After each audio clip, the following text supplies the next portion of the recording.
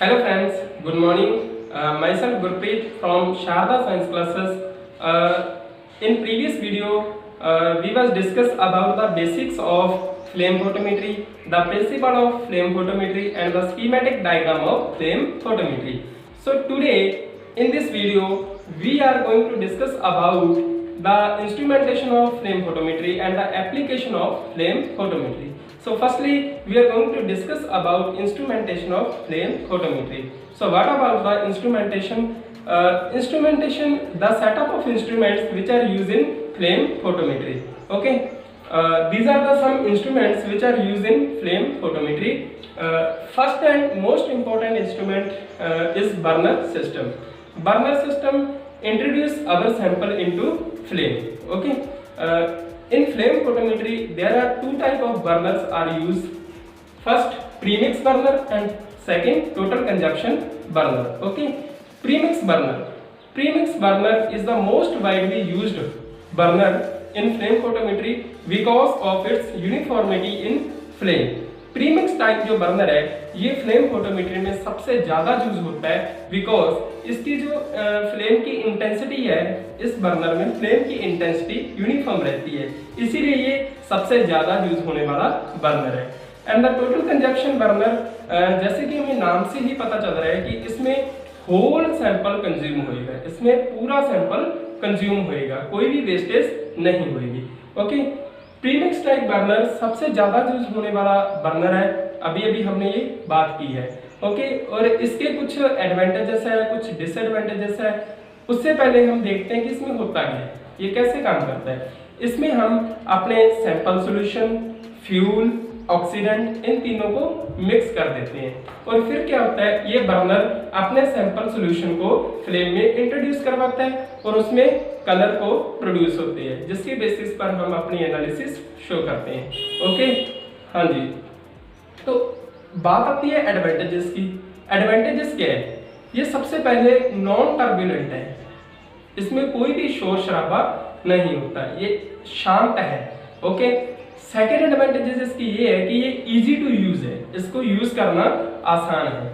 And कुछ disadvantages भी है। अगर डिसएडवांटेजेस पर आए तो डिसएडवांटेजेस इसके ये है कि इसमें सिर्फ 5% सॉल्यूशन, इसमें सिर्फ 5% सैंपल ही फ्लेम में इंट्रोड्यूस होता है। ओके, बाकी सारा सैंपल इसमें वेस्ट हो जाता है, जबकि टोटल कंजप्शन बर्नर में ऐसा नहीं होता।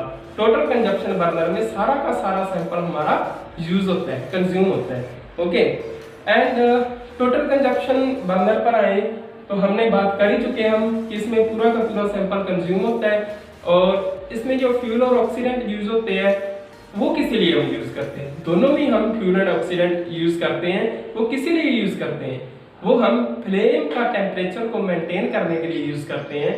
तो जो टोटल कंजप्शन बर्नर में फ्यूल एंड ऑक्सीडेंट यूज होते हैं वो कौन कौन से?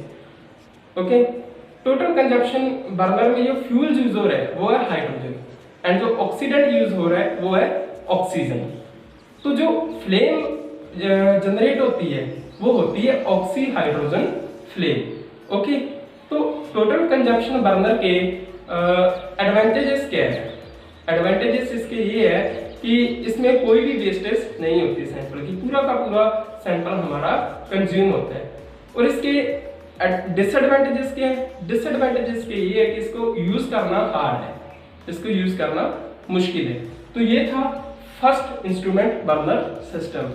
तो जो अगला इंस्ट्रूमेंट है वो है वेवलेंथ सिलेक्शन डिवाइसेस। ऐसे इंस्ट्रूमेंट, ऐसी डिवाइसेस जो वेवलेंथ को सिलेक्ट करती है। ओके, तो उसमें कौन कौन से आ जाते हैं? मोनोक्रोमेटर। मोनोक्रोमेटर का काम क्या होता है?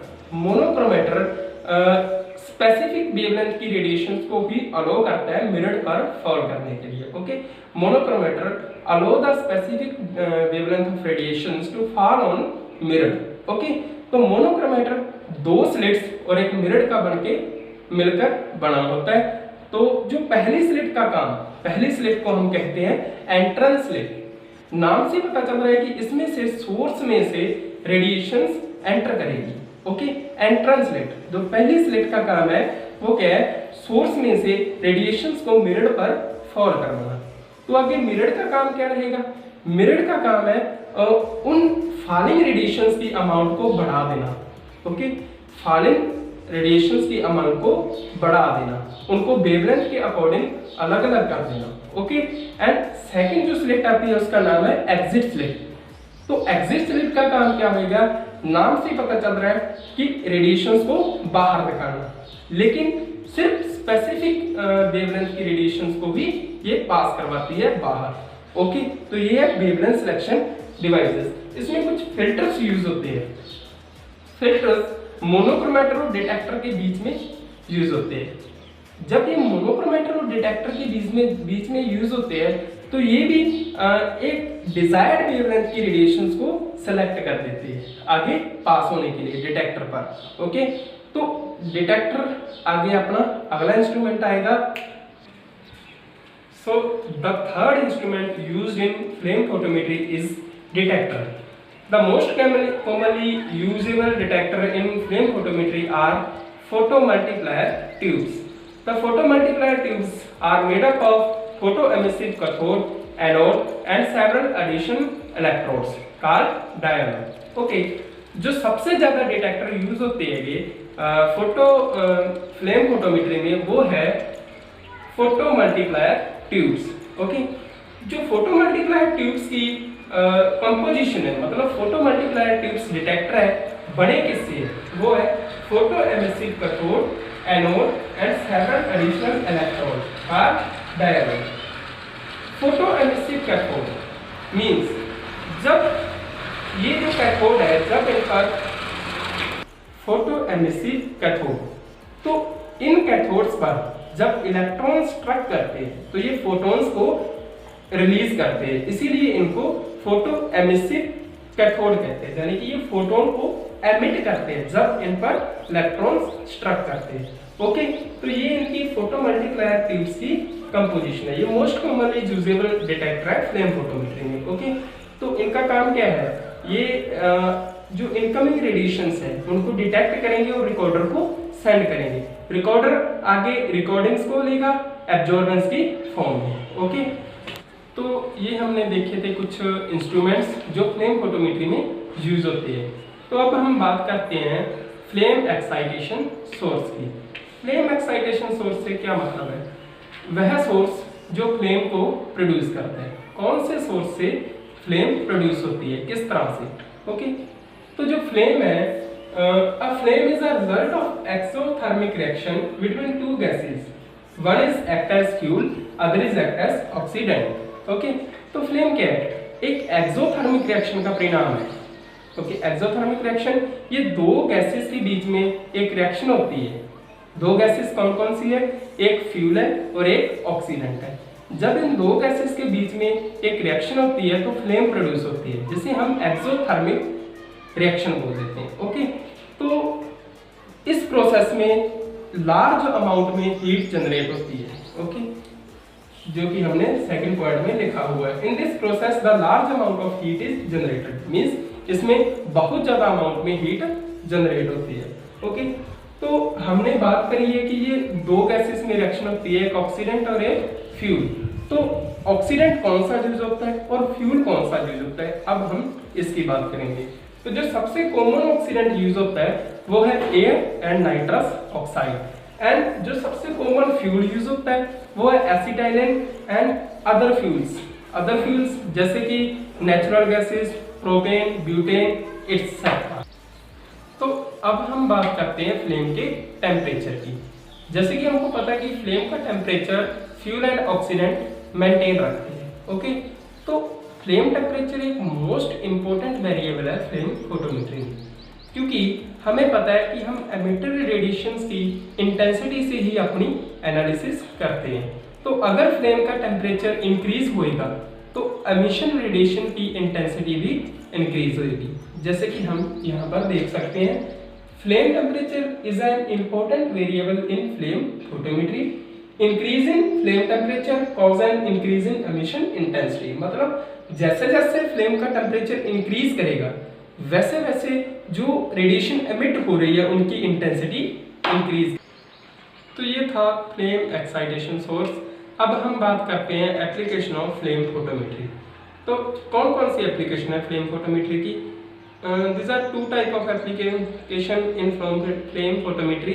First is qualitative and second is quantitative. Qualitative analysis में क्या होता है, हम अपने सैंपल की क्वालिटी को चेक करते हैं कि ये जो हमने सैंपल लिया है क्या वो प्योर है, उसमें कोई इम्प्योरिटीज तो नहीं है, तो हम ये क्वालिटेटिव एनालिसिस में देखते हैं। तो जनरली इसमें alkaline and alkali earth metal को हम एस्टिमेट करते हैं। Okay, as a characteristic wavelength is emitted by element, hence detector detect the wavelength and atom is estimated. तो इसमें क्या हम देखते हैं, एमिटर रेडिएशंस की वेवलेंथ को देखते हैं और उसके अकॉर्डिंग हम अपने एटम को एस्टिमेट करते हैं। ओके, हम अपने सैंपल को एस्टिमेट करते हैं। जैसे कि कोई एलिमेंट हमने ले रखा है तो वो एक स्पेसिफिक वेवलेंथ को एमिट करेगा और आगे वो फ्लेम में जाकर कलर देगा। उसके कलर के बेसिस पे हम उसको एनालाइज करेंगे कि क्या वो प्योर है हमारा एलिमेंट। जैसे कि सोडियम येलो कलर प्रोड्यूस करता है, उसी बेसिस पे हम इसको एनालाइज करेंगे। तो ये था क्वालिटेटिव। आगे बात करते हैं हम क्वांटिटेटिव। तो क्वांटिटेटिव एनालिसिस में हम अपने सैंपल की क्वांटिटी को चेक करते हैं कि हमारा सैंपल कितनी कंसंट्रेशन में प्रेजेंट है। ओके, तो ये हम क्वांटिटेटिव एनालिसिस में देखते हैं। ओके, तो इसमें भी हम एमिटर रेडिएशंस की हेल्प से ही हम एनालाइज करते हैं कि हमारा सैंपल कितनी कंसंट्रेशन में प्रेजेंट है। तो ये हमें